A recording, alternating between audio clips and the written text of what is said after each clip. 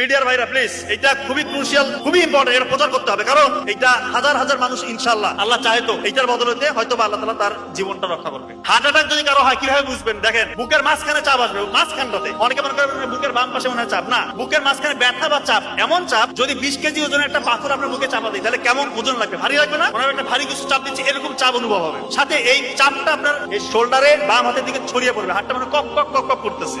আপনার ওই সময় ঘাম ছুটবে, সাথে শ্বাসকষ্ট হবে এবং আপনার বই ভাব আসতে পারে এবং মৃত্যুর ভয়।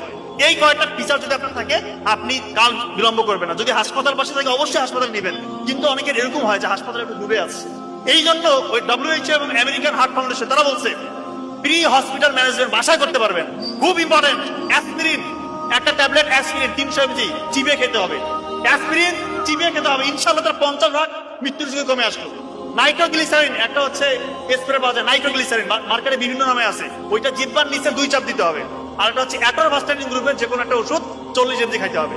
আল্লাহ চাহে তো তার মৃত্যুর ঝুঁকি ইনশাআল্লাহ আপনি 70-80% বাসার মধ্যে কমাই দিলেন, এরপর দ্রুত হাসপাতালে নিয়ে যেতে হবে।